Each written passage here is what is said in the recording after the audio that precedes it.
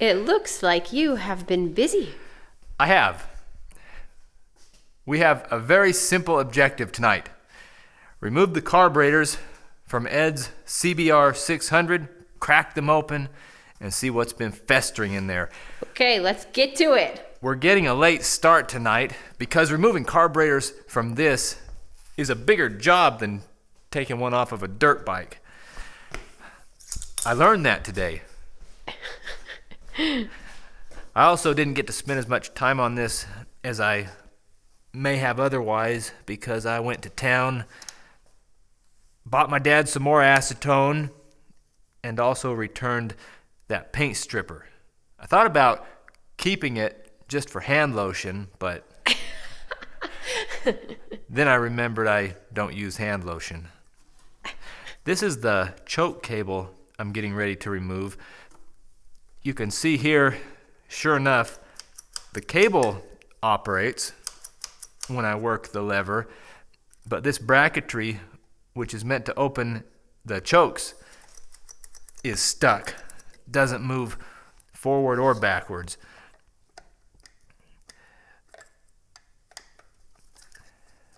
So we'll get this off. Okay, choke cable is out of the way. I already removed the fuel supply hose and some emission hoses over here.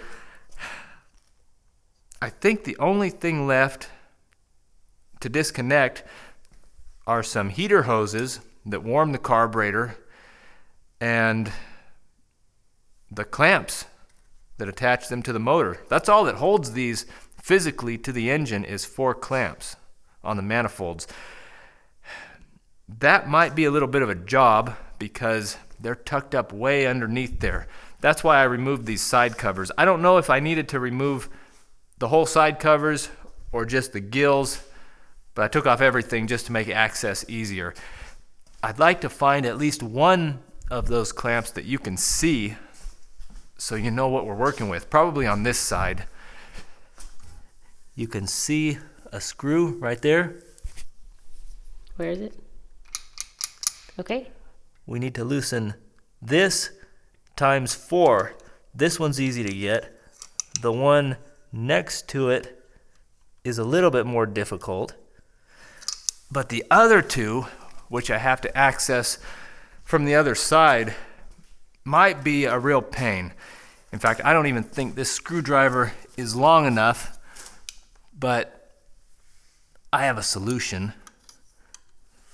I can't even see the first one. I think it changes places because I was planning for this video so I wouldn't look so inept, but now I don't even see the clamp. I determined that this screwdriver wasn't long enough, so I got a bigger one. Do yourself a favor, go to Harbor Freight and get a long screwdriver.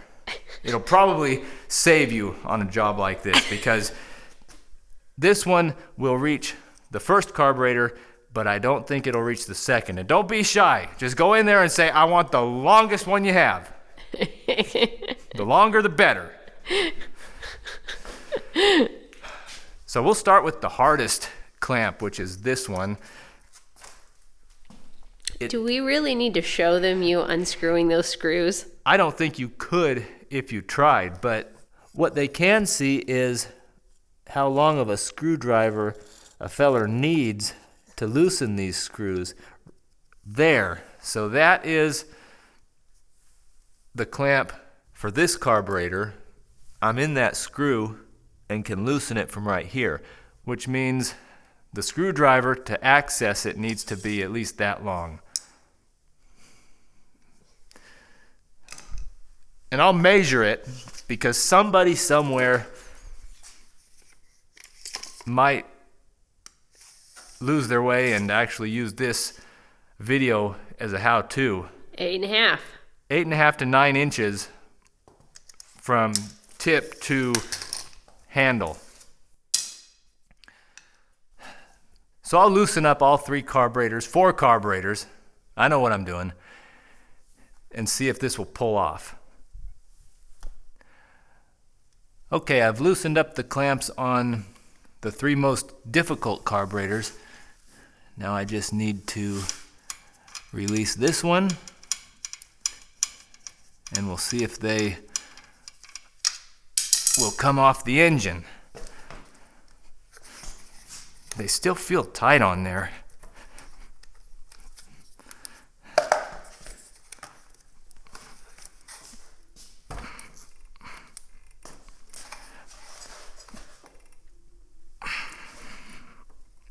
The rubber might be old and brittle. Oh, there it comes.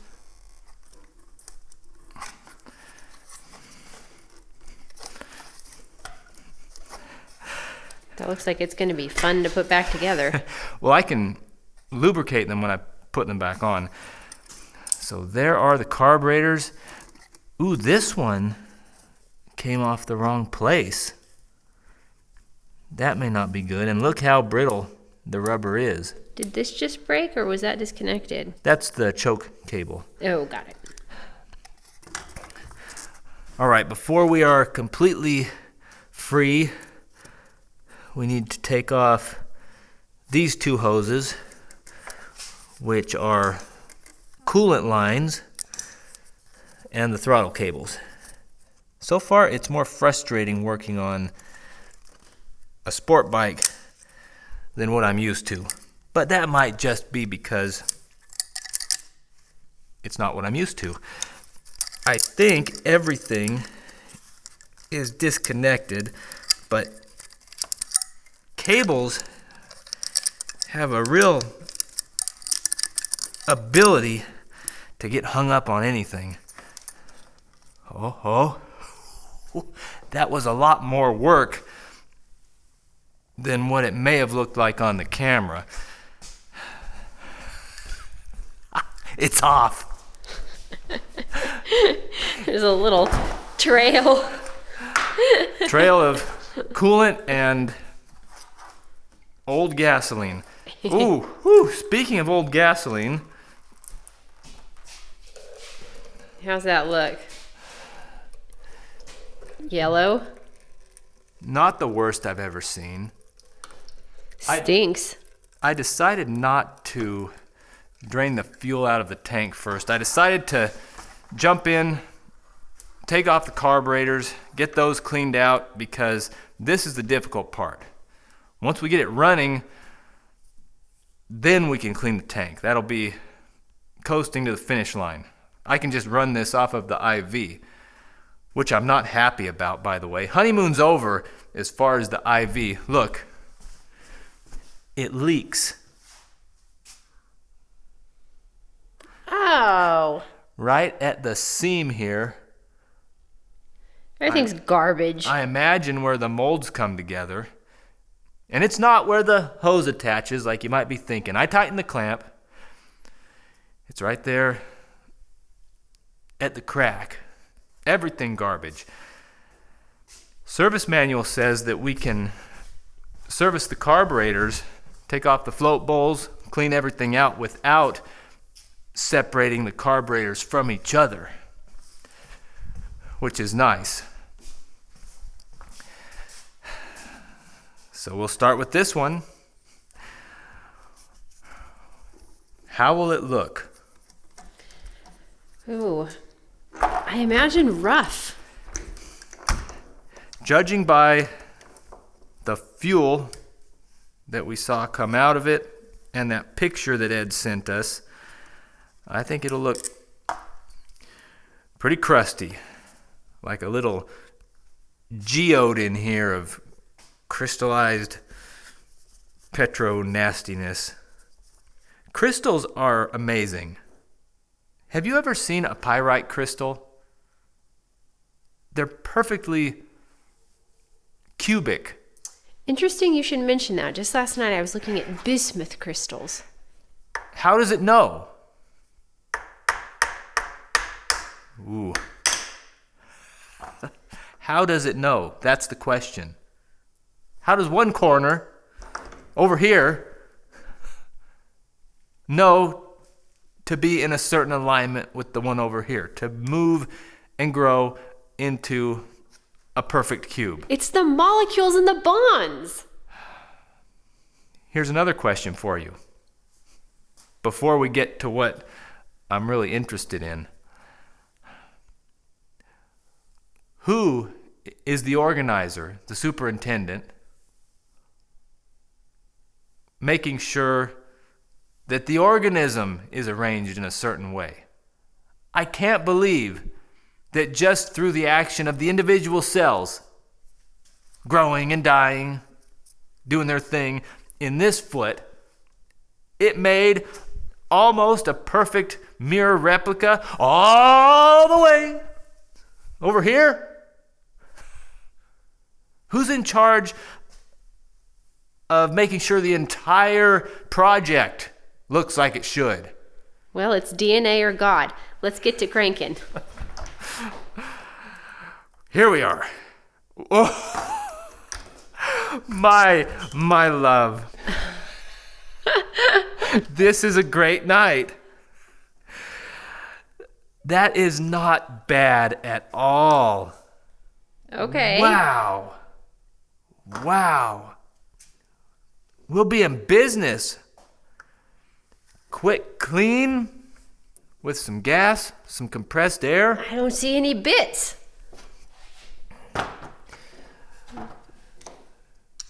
That may be the best thing that's ever happened to me other than my relationship with you and our son. It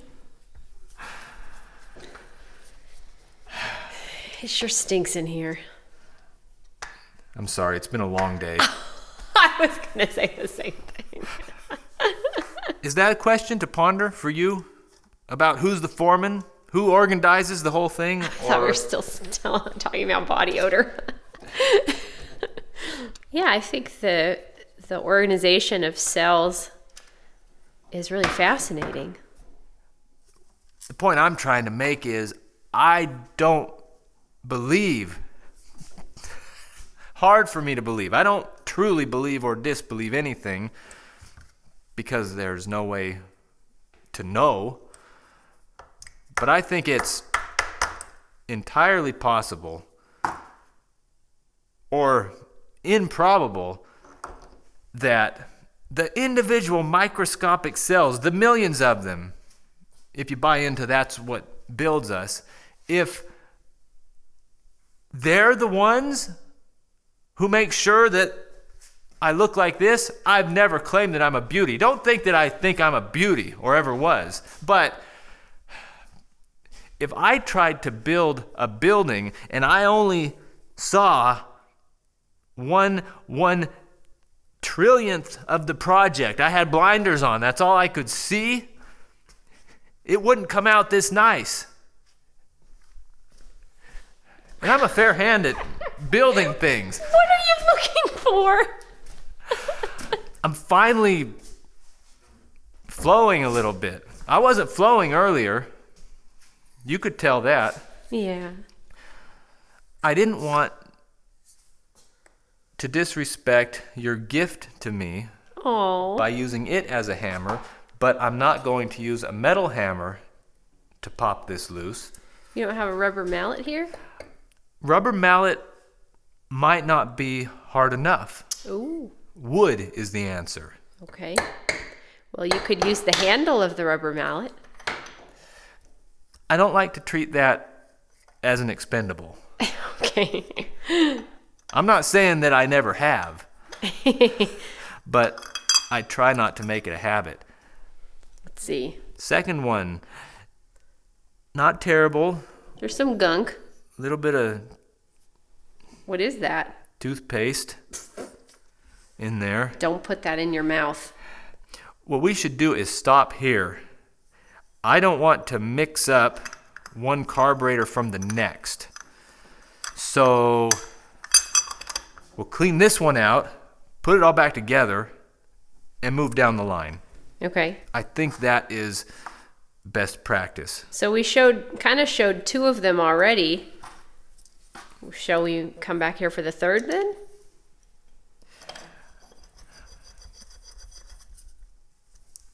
I'll let you know when I decide. I thought you guys deserved to see all the carburetors. So I took the float bowls off, kept them lined up with the carburetors they belong to. I feel really lucky about this. The worst one, which is maybe carburetor second from the right, doesn't even look bad. A little bit of goo, but not what I was expecting. Do you think the pilot jet will even be clogged? Maybe. I don't think it will be. I wonder why it didn't run. It's clogged. So that's why it didn't run. I'll take the carburetors apart one by one, blow out the jets, blow out the passages, make sure they're clean, put it back together, and ask Ed if he wants to run these brittle manifolds or buy some new ones. I'm surprised they didn't crack when I was pulling them off. You know, this isn't a carburetor channel, and yet you have 4 in front of you. This is just where the road leads. I think we can get it running. There's a good chance tomorrow's video will see the motorcycle running, dependent upon what we decide on the manifolds. If you're interested in seeing yesterday's video, I'll put a link to that up on the screen. And if you'd like to see what we get up to tomorrow, I'll put a link to that video up as well. Thanks for watching.